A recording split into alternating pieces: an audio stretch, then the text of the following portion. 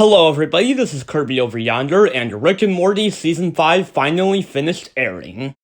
In September. It finished in September. But look, I had other stuff going on. I had a whole Distant Lands to review, remember that? Ever since the season finished, I've been hearing very mixed things about it, with some calling it the worst season yet, and others calling it an improvement over Seasons 3 and 4. So I figured it would be fun to give my 2 cents on this fairly controversial season of television. This is my episode-by-episode review of Rick and Morty Season 5. Episode 1, Mort Dinner Rick Andre. If I had a nickel for every episode of a Dan Harmon show to be a My Dinner with Andre parody, I'd have 2 nickels, which isn't a lot, but it's weird that it happened twice, right? Rick and Morty season premieres are usually pretty strong, and this episode is no exception. Mr. Nimbus is just one of those great Rick and Morty one-off characters, and I love the absurdity of him. His weird rivalry with Rick, how sexual and horny he is, and the fact that he's inexplicably able to just control the police might be my favorite gag of the entire season. Mr. Nimbus is the best, and I really hope he shows up again in future seasons. But I actually like that Morty takes more of the focus this episode. It's one of those classic Rick and Morty stories that starts off quite simple, but then escalates into something absolutely insane. The idea of this other world where time goes by significantly faster than ours is a really fun science fiction concept. It sorta reminds me of one of my favorite Futurama episodes, Time Keeps on Slipping, though obviously this one goes in a very different direction than that one. Seeing Morty get pushed to his limit isn't a concept unique to this episode, but it's always fun regardless. Though it's really hard to beat the Purge episode from Season 2. I like that the episode combines the A-plot with the B-plot with Mr. Nimbus saving Rick, Morty, and Jessica. And Jessica becoming this time god gives her an actual personality trait outside of being Morty's love interest, which is neat. In all seriousness, I really hope the show does more with this concept later on, as I feel it could lead to some interesting stories. Overall, Mort Dinner Rick Andre is a really solid season premiere with a fun sci-fi concept and hilarious new character. Episode 2, Mortyplicity. This is an episode that just goes all in on its high concept, and while it's not gonna be everyone's thing, I personally love this episode. Much like the last one, this is an episode that starts off relatively simple, with the Smiths having a decoy family, but escalates into this all-out war between the decoy Smiths. You'd think the Smith family constantly killing each other would get old after a while, but they keep finding new and creative ways to execute it. From a visual standpoint, this episode is really cool as well. I love the designs of the wooden Smith family, but the puppet designs, just beautiful, 10 out of 10. Oh, but that one Rick who was obsessed with skin really freaked me out. Such a disturbing character. This is also an interesting episode to think about in the context of the rest of the series. How any episode we could just be watching a completely different version of the Smith family and have no idea. It's interesting to think about. And along with all that, this episode has probably my favorite post-credits scene of the entire series. It's so messed up and yet so funny. Mortyplicity isn't gonna be for everyone, and that's okay. But if you're in the mood for an episode that's super high concept and fun, but also a little existential, then I'd recommend you check it out. I hope the show continues to embrace the idea of there being so many different versions of these characters, as episodes that do are typically some of my favorites. Episode 3, A Rich Convenient Mort. I admittedly wasn't that into this episode the first time I watched it, but since then it's grown on me quite a bit. I really like what they did with this Captain Planet-esque character.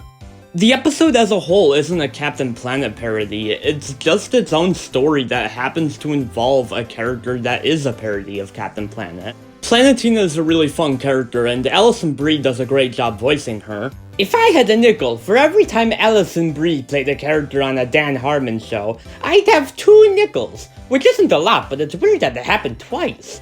I think the main reason why I initially wasn't into this episode was because I felt kind of uncomfortable by the age gap between Morty and Planetina. However, looking back on the episode, I feel like that was the point.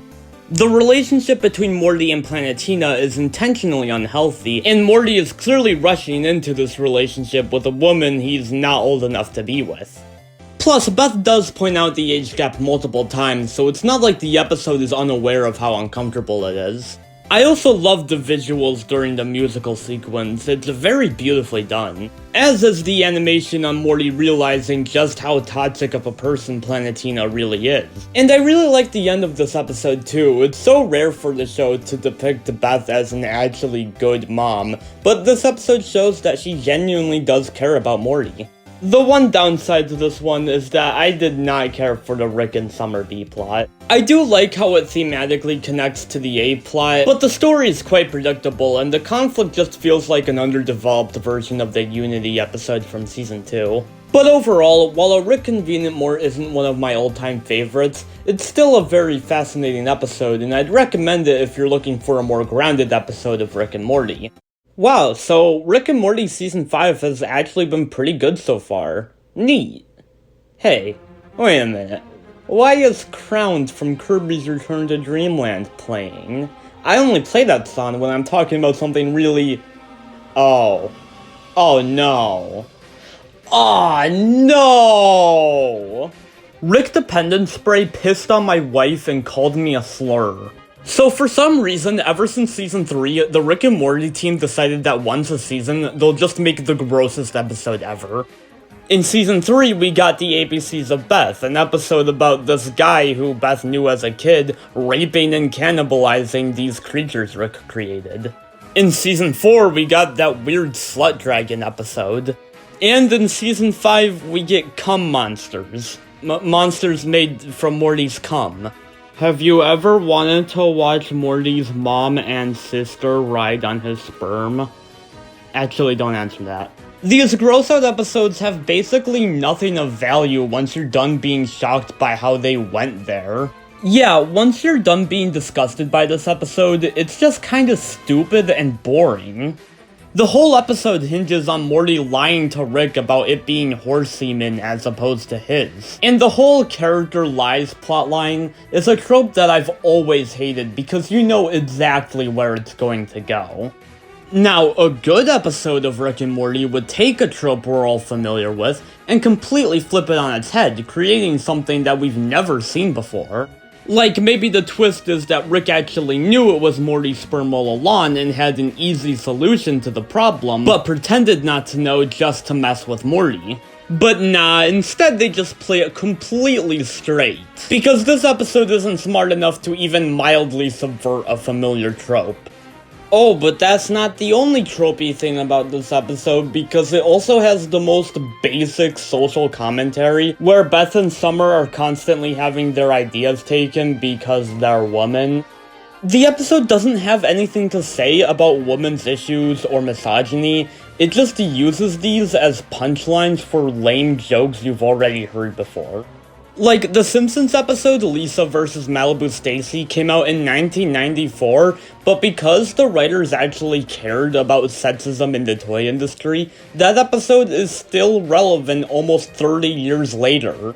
This episode, on the other hand, was outdated the moment it aired. Either put actual effort into your social commentary, or don't make social commentary, you know? Oh, there are also these horse people in the episode called the Chuds, who team up with Rick and Morty to fight the sperm monsters, because Rick got the princess horse pregnant. Because, you know, if there's one thing this episode needed, it was bestiality. These horse people just feel so shoehorned into the episode, and underdeveloped. They don't really add anything to the overall plot, and I don't get why they were here. But oh man, I haven't even gotten to the worst part of this episode yet. So they decide to use an egg to attract the sperm, because obviously sperm naturally goes into an egg. But plot twist, it was actually Summer's egg, because at this point in the episode, they didn't know that it was Morty's sperm. Also, someone correct me if I'm wrong, but they shouldn't legally be allowed to do this, right? Because, like, Summer's a minor? I don't know. I don't really know the legality of this, but I feel like it shouldn't be happening.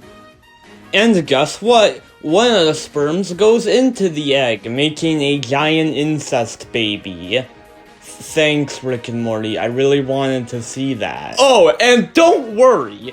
It gets referenced later on in Season 5. It is an actual plot point and may continue to be a plot point that's referenced throughout the show.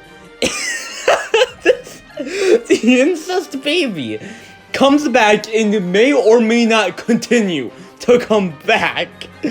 Oh my god. Oh, this episode broke me. Oh my gosh. You know, if I had a nickel for every incest episode of a Dan Harmon show, I'd have 2 nickels. Which isn't a lot, but it's weird that it happened twice, right? Yeah, this episode is awful and easily the low point of the season. It honestly feels like it was written by a middle schooler. All of the plot points in this episode are either flat out disgusting, they're cliche, or they're just underdeveloped. This honestly might be the worst episode of the entire show for me, only rivaled by the ABCs of Beth. Unlike that episode, at least this one embraces the fact that it's stupid instead of trying to be deep. Because of that, I think I like this episode a little bit more, but they're both awful episodes. Episode 5, A Mortican Graffiti. This episode is basically the opposite of the Planetina episode for me, where I really enjoyed the B-plot, but didn't care for the A-plot. I don't know, 5 seasons in, I'm sorta just tired of jokes and storylines about Jerry being a loser. I'm much more appreciative of when they put Jerry in an unfamiliar situation to prove that he's more competent than we think. Ultimately, the episode doesn't really say much about Jerry or his dynamic with Rick that we didn't already know. The concept of these beings that take pleasure in things that would be painful to us is pretty funny, but I feel like the episode spends way too much time explaining the gimmick to us, as opposed to just showing it. Like, it's not a hard concept to understand, we don't need the characters explaining it to us all the time. But like I said before, I do really like the B-plot in this one. It's really cool to see some more depth be given to Rick Ship, a character who, well, in most episodes, is barely even a character at all. Bruce Cutback is also a pretty fun character. I'm always kind of a sucker for the quote-unquote cool character who's also very wise and insightful. And yeah, it's just really fun seeing the kids help Rick's ship get a date, as is seeing the ship break them out of jail. The storyline also has some pretty cool action scenes and set pieces. Overall, I don't mind watching this one because, again, I do really like the B-plot, and the A-plot isn't abysmal or anything. It's just really mediocre in my opinion. It's the kind of story that maybe would have been neat in Season 2, but by Season 5, it's just not all that interesting anymore. Episode 6, Rick and Morty's Thanksploitation Spectacular. This episode is fine, I guess. It's just sort of one of those episodes where things happen. Rick and Morty turn themselves into turkeys, and then they have to fight turkeys. Okay. The idea that Rick has to turn himself into a turkey every year so he gets a presidential pardon is kind of amusing. But I think my main problem with this one is that there's no real interesting character arcs to latch onto, so it's sorta just random stuff happening. Also, I don't think the president is a very interesting character, so his inclusion in the episode did absolutely nothing for me. I'm sorry I don't have much to say about this episode, it's just sorta there for me. It's one of those episodes that leaves my brain the instant I'm done watching it. Episode 7, Gotron Jerrysis Rick Vongalian. What a title. This is an episode that I mostly like, but really fumbles in its third act. I'll talk about the stuff I like first, though. Much like the Planetina episode, I think this one handled the Voltron parody very well. Because like with Planetina, this episode as a whole is not a Voltron parody, it's an original story that just so happens to include a parody of Voltron. Instead, this episode is a pretty fun parody of mafia movies. If I had a nickel for every Dan Harmon show with a Goodfellas parody, I'd have 2 nickels. Which isn't a lot, but it's weird that it happened twice, right? Okay, but for real, I can't be the only one who sees all the connections between Rick and Morty Season 5 and Community, right? Anyone? No? Is it just me? I guess I'm just crazy. I'm a crazy person. Anyways, I also found the whole voiceover bit between Morty and Summer to be really funny and clever. especially with that twist at the end. Oh, and I love how they made these anime-esque characters look in the Rick and Morty art style. They look very stylized and cool. So the Voltron stuff and the Mafia stuff are both really fun. However, there's one thing holding this episode back, and it's quite a doozy. Yeah, this is the episode where they bring the giant incest baby back. Thanks, Rick and Morty, very cool. I seriously don't get why they decided to bring the incest baby back, and why in the Voltron Mafia episode, of all things. I mean, it's not like we had this huge cliffhanger at the end of Season 4 that's still barely even been mentioned yet. No, the incest baby is what we needed to follow up on. It just couldn't have been left a one-off. I really hope they don't make the incest baby a reoccurring character on the show, because that would just be awful. But anyways, if you can look past the incest baby, this is still a pretty good episode. Not one of the best or anything, but a solid time. Episode 8, Recternal Friendshine of the Spotless Mort. Okay, here's where the season starts getting really good again. I'm usually a pretty big fan of episodes that involve characters going inside another character's mind, as it usually gives us a better insight into what makes this character the way they are. Hey look, there's even a community episode like that, but I'm not doing the Doofenshmirtz thing again. I feel like that joke sort of wore itself thin.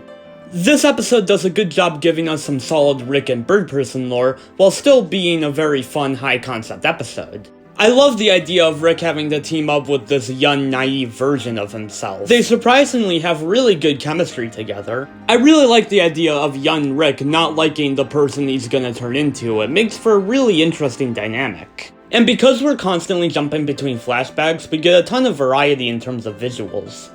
And I really like this personal journey between Rick and Bird Person. We get a good understanding of why they became friends in the first place, as well as where they had their falling out. I like how at the end of the episode, we don't really know how Bird Person feels about Rick. Does Rick truly care about Bird Person's happiness, or is he just using him as a distraction for his own sadness? I like how these questions are sort of left up in the air, leaving it to the audience to interpret them for themselves. Overall, this episode is definitely a highlight of the season for me. A very artistic and fun high-concept episode that answers a ton of questions while also asking a few of its own. Episode 9, Forgetting Sarek Mortshall. This is technically part 1 of a 2-part finale, but they both tell their own individual stories, so I'm going to review them each as their own episode. This is also another episode with an A-plot and a B-plot, but unlike some of the others this season, I actually enjoy both. I really like the dynamic between Morty and Nick. Since Nick has also been mistreated by Rick, this gives Morty someone he can relate to. It's also cool to see Morty be defiant of Rick for a change. I also love this action scene. They get a lot of great use out of Morty and Nick's portal abilities. But man, that scene where Morty gets his hand cut off by the train is just brutal. Rick's plotline with the two crows is really fun as well. I love how it starts off just so dumb with Rick using these crows just to spite Morty. But then he actually learns something from the crows and grows as a person because of them. Rick generally doesn't change much throughout the course of the series, so to have him finally do so through the use of these crows is actually kinda genius. But regardless, Rick learning empathy is genuinely really cool, and I'm curious to see how it affects his dynamic with Morty in future episodes. This final scene in general is really well done. Sure, Rick and Morty has had its emotional moments before, but we haven't really gotten any between Rick and Morty themselves. It's actually really cool to see Rick admit that he's not a good partner to Morty, and I genuinely feel bad for Morty himself.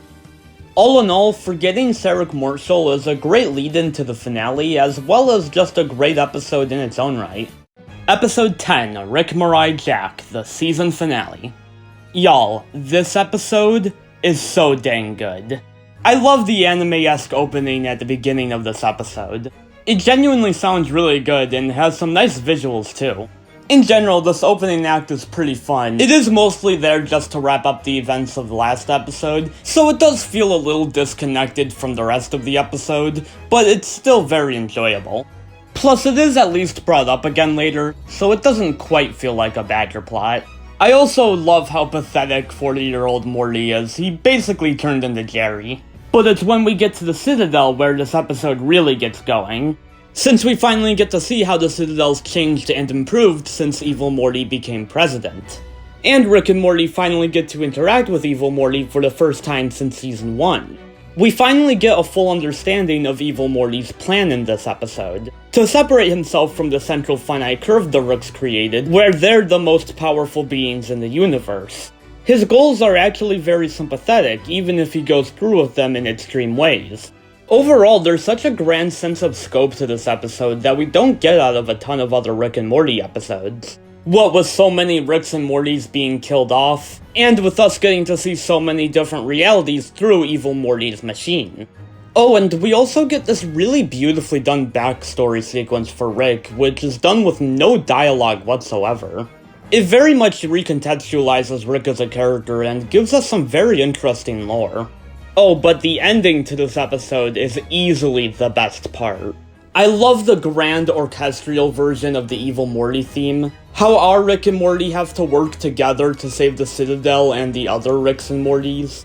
And the fact that Evil Morty actually gets what he wanted at the end of the episode is really interesting. I can't wait until the next Evil Morty episode so we can follow up the storyline, which, granted, probably won't be until at least another 2 years from now, but hey, at least it's something to look forward to. Overall, this is easily one of my new favorite Rick and Morty episodes, and probably my new favorite season finale they've ever done. It's just a fantastic episode, all in all. So, Rick and Morty Season 5 was pretty alright in my opinion. I think it started and ended pretty strong, but some of the episodes in the middle were kinda shaky in terms of quality. If we're comparing it to other seasons, I think it's pretty similar in quality to Season 4.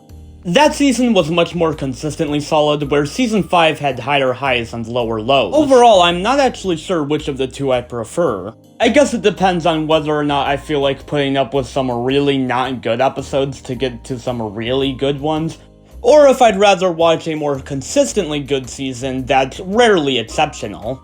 But overall, I still mostly enjoyed my time with Season 5. There are still episodes I don't like, and it definitely peaked at Season 2, but the show still has some fun ideas and interesting stories. And if the show's still able to have episodes as good as those final 3, then I think its future will be in good hands. Before I go, I think I'll just quickly rank all of its episodes. At number 10, we have everyone's favorite episode, Rick Dependence Spray. Number 9, Rick and Morty's Thinksploitation Spectacular. Number 8, A Mortican Grickfeedy. Number 7, Gotron Jerrysis Rick Von... The Voltron one. Number 6, A Rick Convenient Mort. Number 5, Mort Dinner Rick Andre. Number 4, Mortyplicity. Number 3, Forgetting Sarek Mortshul. Number 2, Rickternal Friendshine of the Spotless Mort. And number 1, Rick Mirai Jack, which, ironically, is a better finale than the one Samurai Jack got. Okay, bye!